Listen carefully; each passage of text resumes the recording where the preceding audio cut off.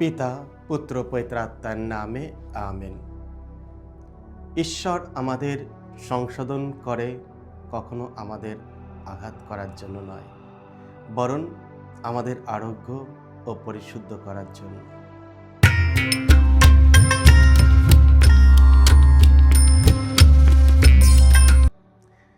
খ্রিস্টে আমার পরম প্রিয়জনেরা, আজ অক্টোবর মাসের 16 তারিখ বৃহস্পতিবার, আর আজকে ডেলি মান্না ঈশ্বরের বাণী প্রতিদিন নেওয়া হয়েছে লোকরচিত মঙ্গল সমাচার থেকে 11 অধ্যায় 47 থেকে 54 পদ।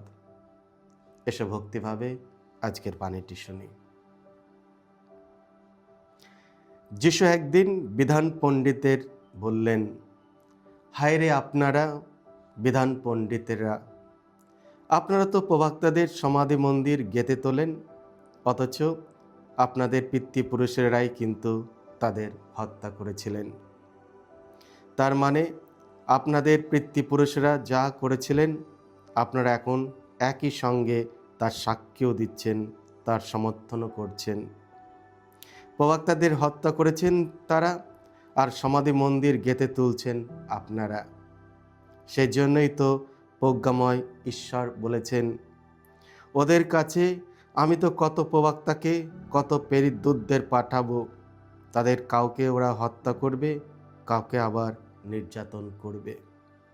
আর তাই জগৎ সৃষ্টি থেকে এই পর্যন্ত যত প্রবক্তার রক্ত ঝরানো হয়েছে, তা আবেলের রক্ত থেকে শুরু করে সেই জাকারিয়ার রক্ত পর্যন্ত, যিনি মন্দিরের যজ্ঞবেদী ও পুণ্যস্থানটির মাঝখানে প্রাণ হারিয়েছিলেন, তাদের সকলেরই রক্ত ঝরানো হিসাব এই প্রজন্মের মানুষদের কাছ থেকে একদিন চেয়ে নেওয়া হবে।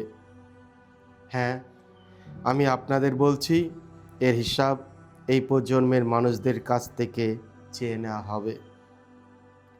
হায় রে আপনারা বিধান পণ্ডিতেরা, আপনারা তো সরিয়ে রেখেছেন জ্ঞান ভাণ্ডারের চাবিকাঠি।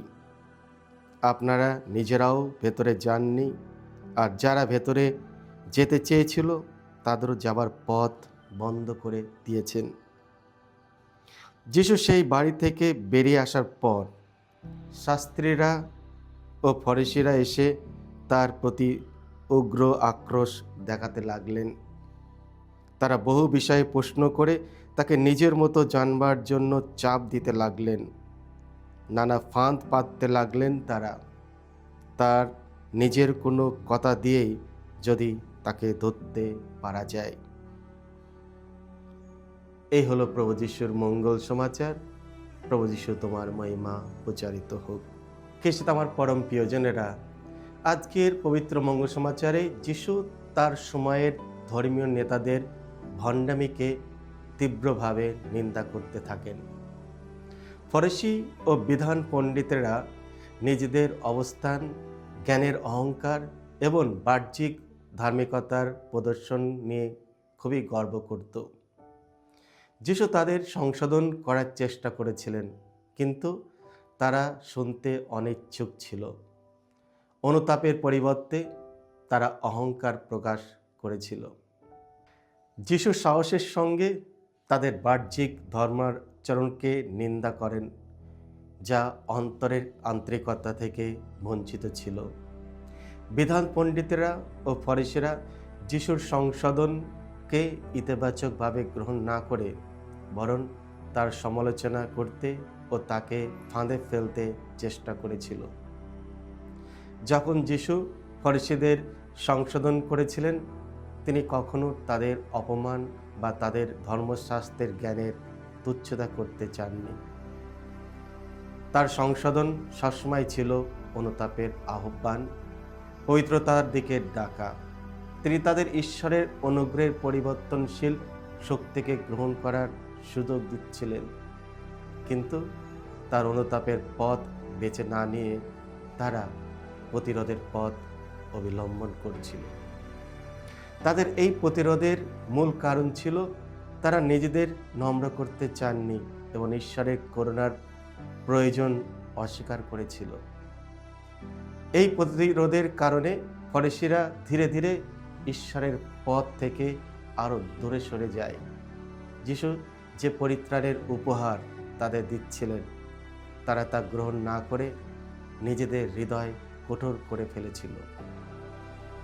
খ্রিস্টে আমার পরম প্রিয়জনেরা, আমাদের জীবনেও অনেক সময় যখন কেউ আমাদের ভুল ধরিয়ে দেয় বা সংশোধন করার চেষ্টা করে, তখন সত্যটা তেতো মনে হয়। ফলে আমরা আত্মপক্ষ সমর্থন করতে চাই, আমাদের কাজকে ন্যায্য প্রমাণ করার চেষ্টা করি, অন্যদের দোষারোপ করি, এমনকি প্রতিশোধ নিতেও উদ্যত হই। কিন্তু মনে রাখতে হবে, সংশোধনের মধ্যে লুকিয়ে থাকে নম্রতার বেড়ে ওঠার এক সোনালী সুযোগ। এটি আমাদের অসম্পূর্ণতাকে স্বীকার করে যিশুর অনুগ্রহকে গ্রহণ করার আহ্বান জানায়, যা আমাদের জীবনকে পরিবর্তন করতে সক্ষম। ঈশ্বর আমাদের সংশোধন করে কখনো আমাদের আঘাত করার জন্য নয়, বরং আমাদের আরোগ্য ও পরিশুদ্ধ করার জন্য। এটি আমাদেরকে আরও ভালো মানুষ হিসাবে গড়ে তোলার জন্যই আসে। তাই সংশোধনকে আঘাত হিসাবে নয়, সাহায্য হিসাবে গ্রহণ করতে হবে। আসল বিষয় হলো, আমরা কতবার ভুল করি তা নয়, বরং আমরা কতটা আন্তরিকভাবে সেই ভুলকে স্বীকার করে সংশোধন করি, সেটাই গুরুত্বপূর্ণ। প্রভু পরমেশ্বর সর্বদাই আমাদের ভালো চান।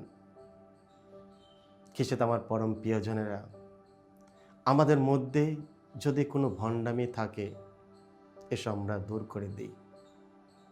আমরা আসল মানুষ হওয়ার চেষ্টা করি, ঈশ্বরের অনুগ্রহ আশীর্বাদ পাওয়ার চেষ্টা করি। সেই আশীর্বাদ হয়তো বিভিন্নভাবে আমাদের মধ্যে আসে। যদি আমরা ভুল পথে যাই, কেউ যদি আমাদের ভুল শুধরিয়ে দেয়, এসব আমরা হাসি মুখে সেই ভুলটা শুধরিয়ে নিই। আমাদের হাতে এখনো সময় রয়েছে পরিবর্তন হওয়ার। এসব আমরা ভগবানকে আমাদের জীবনে প্রবেশ করার সুযোগ দিই, যাতে তার অনুগ্রহে, তার আশীর্বাদে আমরা যেন পরিবর্তন হতে পারি। আমাদের মন থেকে, আমাদের হৃদয় থেকে যা ঈশ্বরের কাছে যাওয়ার বাধা সৃষ্টি করে, এসব আমরা দূর করার চেষ্টা করি। দেখবে আমরা আস্তে আস্তে আমাদের জীবন পাল্টাচ্ছে, আমরা আস্তে আস্তে ভগবানের কাছে এগিয়ে যাওয়ার মনোবল, সাহস হচ্ছে। এসব আমরা একে অপরকে সাহায্য করি, যাতে আমাদের এই দৈনন্দিন জীবনে সত্যিই আমরা ঈশ্বরের সান্নিধ্য লাভ করতে পারি। সকলকে জয় যিশু। ঈশ্বর আপনাদের সকলকে আশীর্বাদ করুন।